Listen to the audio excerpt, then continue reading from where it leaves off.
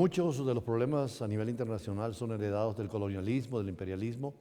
Es lo que está pasando en África, en Asia e incluso en América Latina, dificultades territoriales.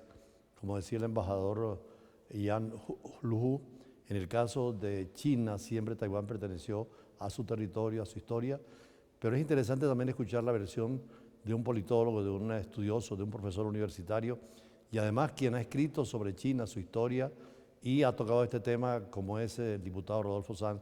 ¿Cuál es su criterio sobre este punto, diputado? Fíjate, la resolución 2758 de Naciones Unidas del año 71 puso fin a la violación primero al Acuerdo del Cairo, después al Acuerdo de Potsdam y luego a la usurpación que hizo Chiang Kai-shek al ser derrotado por los comunistas en el año 49 de replegarse hacia Taiwán con sus tropas y fundar allí, pretender fundar la República de China, traicionando el pensamiento nacionalista del doctor Sun Yat-sen, que fue el fundador de ese partido nacionalista denominado Kuomintang. Sin embargo, algunas naciones continuaron, digamos, con la tesis de las dos Chinas, ¿no? Aún incluso en América Latina hay dos países que todavía no admiten, no aceptan la resolución del año 71, la 2758, pero quedó claro en el derecho internacional con la declaración de una zona china, una sola China, porque esa resolución expulsa a los representantes que ocupaban la curul en Naciones Unidas. Y China además era miembro del Consejo de Seguridad de Naciones Unidas y pone fin, desde el punto de vista del derecho internacional, del reconocimiento internacional a la disputa. Le regresa a China el ejercicio pleno de su soberanía, digamos, y China a partir de allí se apega a la tesis de una sola China. Taiwán, un territorio de 36.000 kilómetros cuadrados, situado en un estrecho que separa ese territorio insular del territorio continental escasamente por 200 kilómetros. Esos son aguas meridionales de China y por tanto, desde el punto de vista del ejercicio de la soberanía del territorio insular que se proyecta desde el territorio continental, no hay ninguna discusión desde el punto de vista de las normas elementales del derecho internacional de que es un territorio que pertenece a China. Pero como tú lo has dicho, señor embajador Pineda, el colonialismo, las rémoras del colonialismo siempre pretenden reeditarse para intentar despojar a las naciones del pleno ejercicio de la soberanía sobre territorios que desde la antigüedad e incluso durante las guerras coloniales pertenecieron a esos países, y este es el caso de Taiwán. Es el caso de Venezuela con el Esequibo, la Guyana Esequiba. Idéntico, el imperialismo inglés que siempre quiso despojar a Venezuela de esta extensión territorial de más de 159.500 kilómetros cuadrados que veníamos poseyendo nosotros desde la independencia. El iutis possideris iuris desconocido, como venías poseyendo, continuarás poseyendo. Y siempre hicieron triquiñuela, elaboraron un mapa falso, corrieron la línea para intentar despojar a Venezuela de ese territorio. Firmaron un acuerdo, el Acuerdo de París, donde Venezuela no tuvo ninguna representación jurídica, ¿no? Una barbaridad en el derecho internacional que un país soberano sea representado por abogados de otras naciones.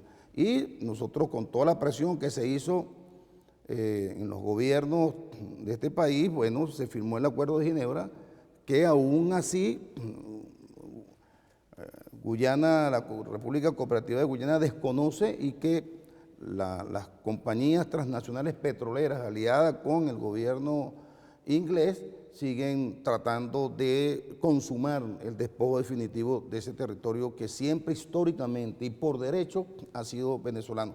Es un caso casi idéntico al de Taiwán, solo que allí no se estableció ningún gobierno, siempre fue un territorio en reclamación, y eso nos da desde luego a nosotros una ventaja importante para recuperar definitivamente el ejercicio soberano sobre el territorio de la Guayana Esequiba. Que por cierto, China podría argumentar ese principio bolivariano del uti possidetis iuris en razón de que, como decía el señor embajador, siempre China tenía ese territorio en toda su historia y en todos sus procesos de reunificación, y ahora están, igual que nosotros, reclamando un territorio que les pertenece y que tiene que ser soberanía de China.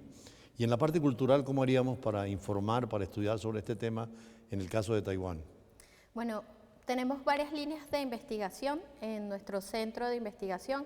Hay una que se dedica al estudio demográfico y territorial de la República Popular China, así que son bienvenidos las iniciativas o los artículos que se puedan publicar o que el público venezolano quiera enviarnos en este sentido. Por otro lado, considero que respecto al tema de Taiwán, creo que la reunificación de la nación china es uno de los principales objetivos en el marco de la revitalización de la nación china que debe consolidarse en el año 2049 para celebrar su centenario. Ya China, a través de uno de sus principales pensadores y políticos, a través de Deng Xiaoping, que también es conocido como el arquitecto de la reforma y el creador del concepto de socialismo con peculiaridades chinas, creó la política de un país, dos sistemas. Y en este sentido, esta política ha sido exitosa porque ha logrado materializar el retorno pacífico de, por ejemplo, Hong Kong en el año 1997 a la patria china y también Macao en el año 1999, de tal forma que con el retorno pacífico de la provincia de Taiwán a la gran nación china, bueno, esta política se consolidaría y esto sería ideal para lograr esta revitalización que está enmarcada precisamente en el año 2049. Vamos a compromisos comerciales, pero tenemos la pregunta para el señor embajador, sobre todo, ¿cuáles son los factores que interfieren en esa reunificación del territorio chino? ¿Cuáles son las actitudes y las iniciativas que China tiene para lograr esa integración? ¿Y qué espera de Venezuela, sobre todo, en los pronunciamientos como Estado soberano en un problema que es eminentemente internacional, aun cuando es la soberanía china, pero también Venezuela es un factor muy importante en el contexto internacional? Vamos al corte y regresamos con el señor embajador de China en Venezuela.